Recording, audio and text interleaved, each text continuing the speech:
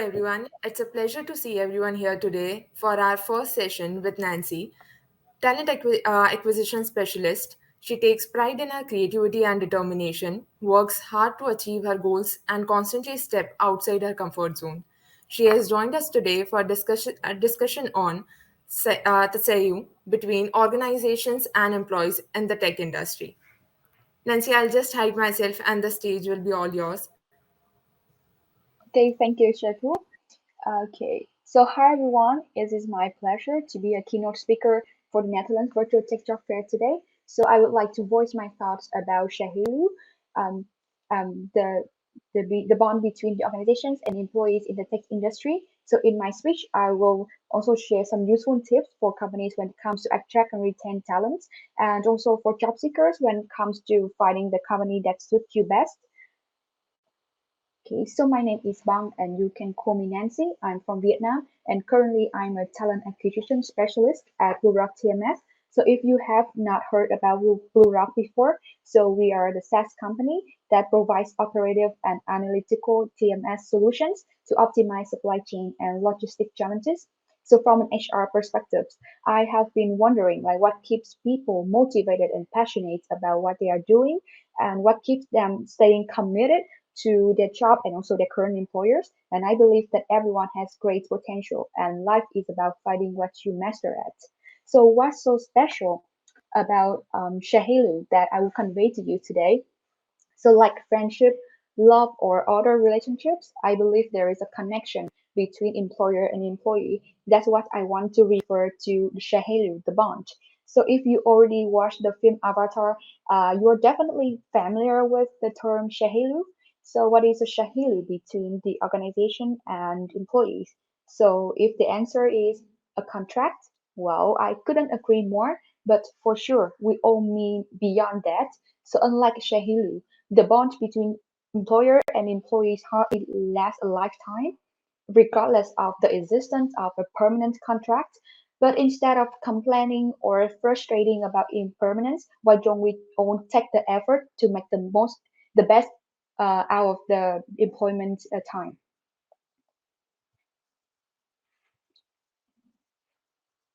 So why does Shahilu matter? So this strong bond can engage, motivate, and retain your employees, which translates to overall organizational performance. In our tech industry, we just cannot disregard the bond between the organizations and employees. We all know about the tech talent shortage nowadays, and of course, more years to come. And given the fact that tech talents themselves are hunted aggressively, and I know sometimes annoyingly, it made me wonder, so how can organizations can attract and retain their tech talents and also foreign employees? How to stay loyal, committed, and think for fully before um, to be confident to say yes or comfortable to say no to other alluring job offers out there.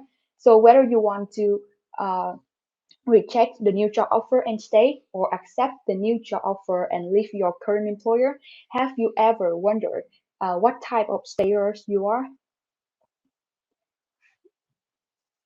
So, based on the combination of your turnover intentions, there are four categories.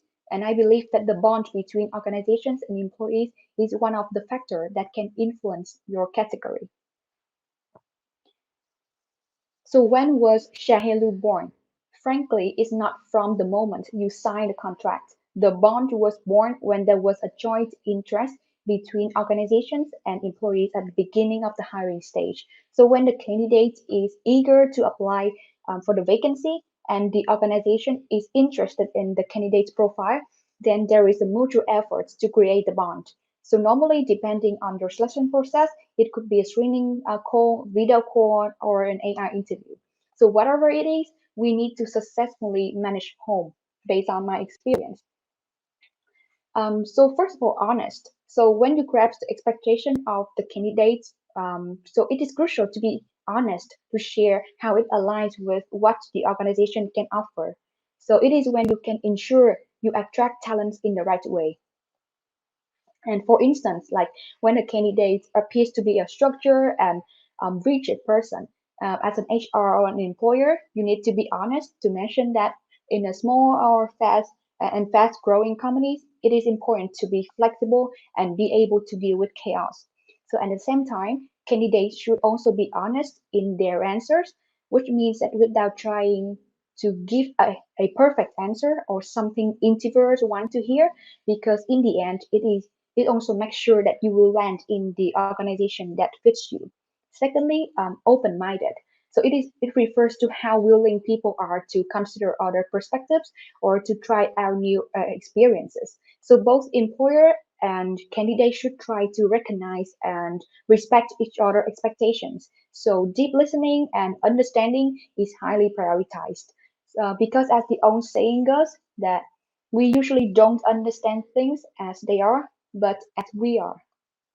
Thirdly, mindset.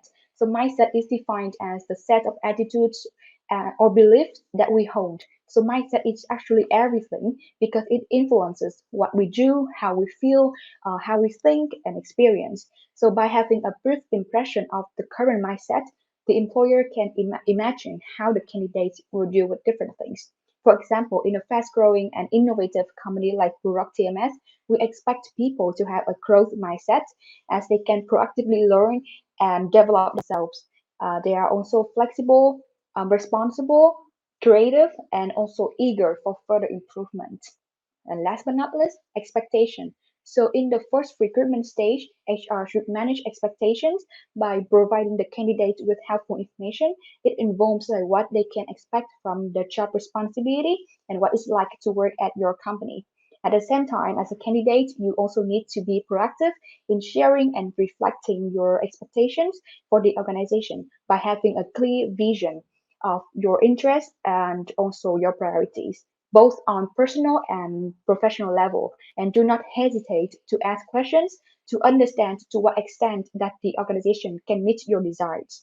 So overall, this home rule is a foundation for developing the Tsaheylu because it can ensure both parties present themselves authentically to each other at the early stage. So by doing this, the organizations can attract the right talents and also to keep them engaged and committed during the employment period.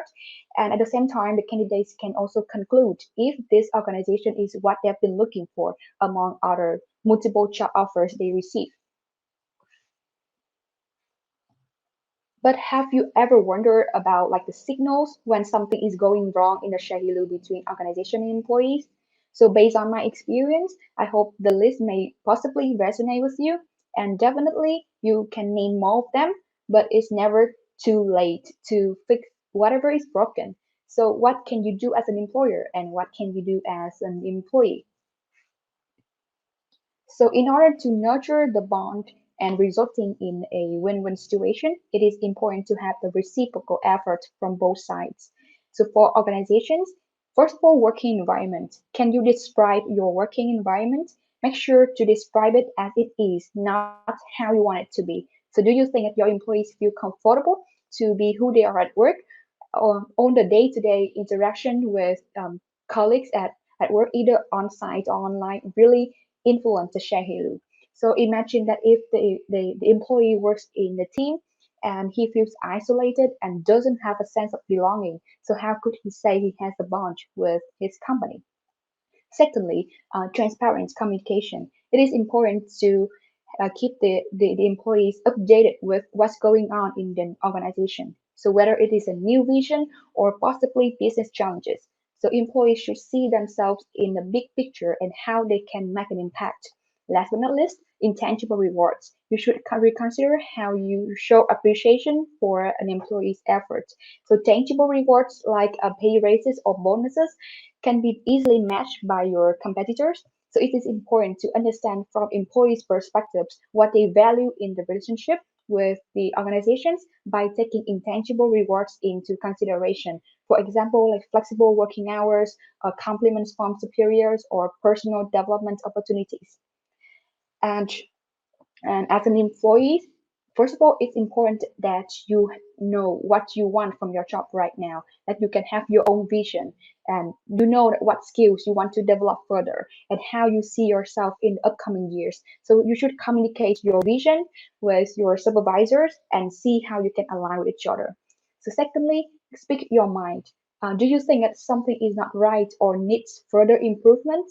Instead of ignoring it, you should be convinced that you are a part of the organization and you can contribute for a better.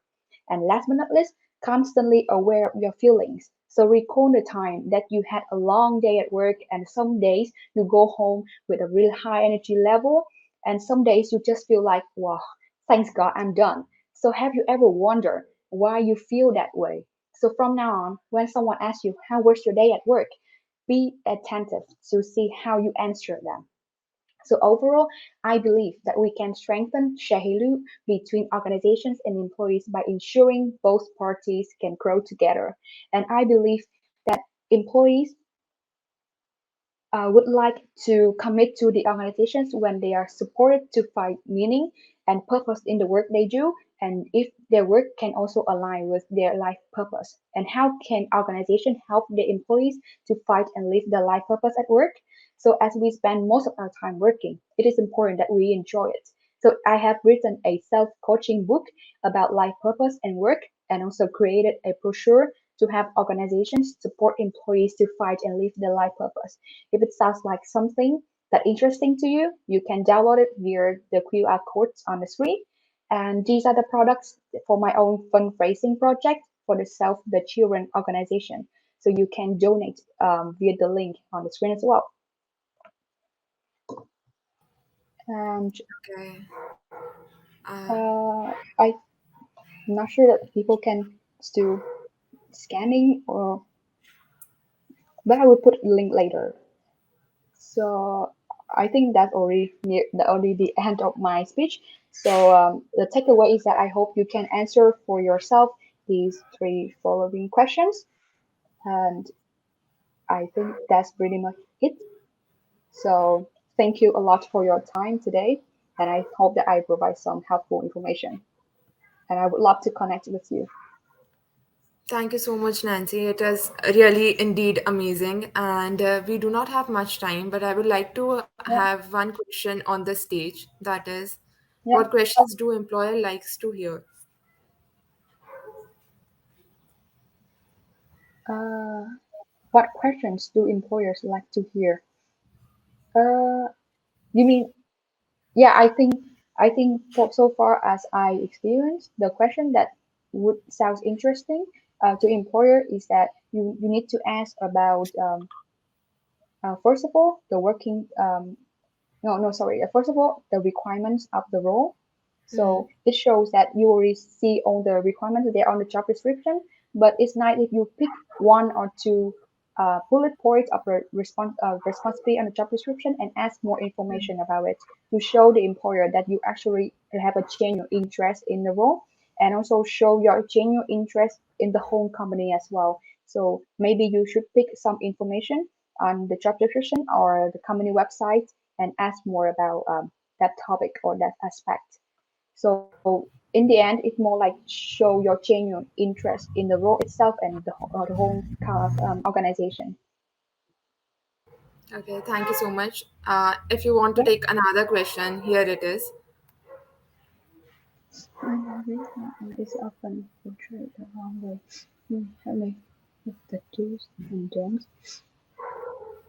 Is often portrayed in the wrong way. Yeah, I think to speak out mind, it is not a easy thing to do, and sometimes it really depends on the culture itself. And I do see that the really big influence on the Dutch culture is that what I experienced for myself as well, is that I'm from a culture that I feel like maybe I should keep my opinions and really attentive to what I want to share. So I totally understand your point of view. So I think the do's and don'ts is that maybe you should look for the right time and look for the right context, and to really test the water in the way to see that the person you are talking with, are they open enough, and are they make you feel, and do you feel comfortable? So it's just like more like test the water and see about the context and just yeah, I think it's more it's and I think most of it, and I think the most important thing is that be um, have the courage to try.